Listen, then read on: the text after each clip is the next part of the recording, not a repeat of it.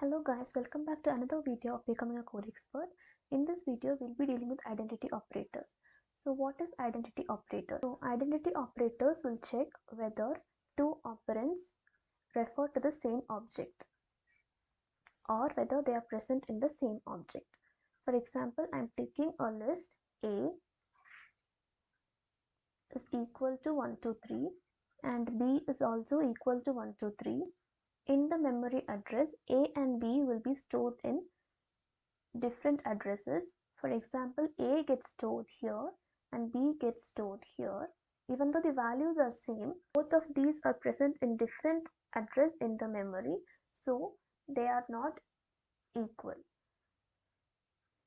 And in this case, that A is equal to a list 1, 2, 3 and B is equal to A, even though A and B are different variables, to get the value of B, we need to depend on E. So both of these are equal. So this is why we use identity operators.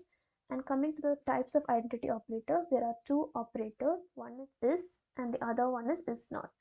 Now let's try a code for identity operators. I'll take the same list as A is equal to 1, 2, 3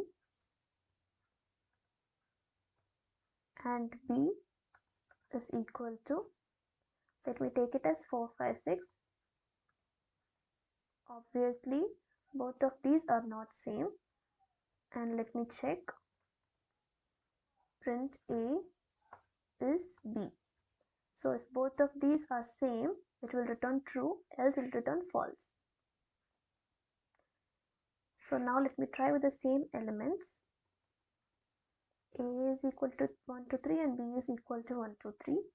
And even now it is false. Now let me say B is equal to A.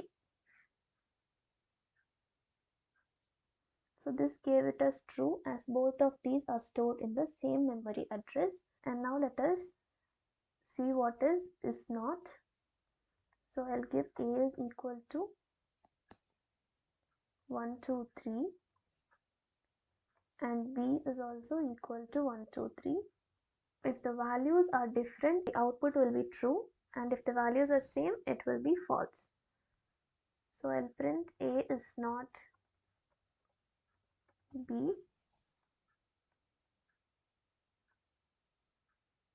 It is true because both of these are not same. And I'll give B is equal to A, and now it will become false. This is about the identity operators. I hope this video was helpful to you. For any other clarifications, drop in the comment section and I'll see you in the next video. Thank you.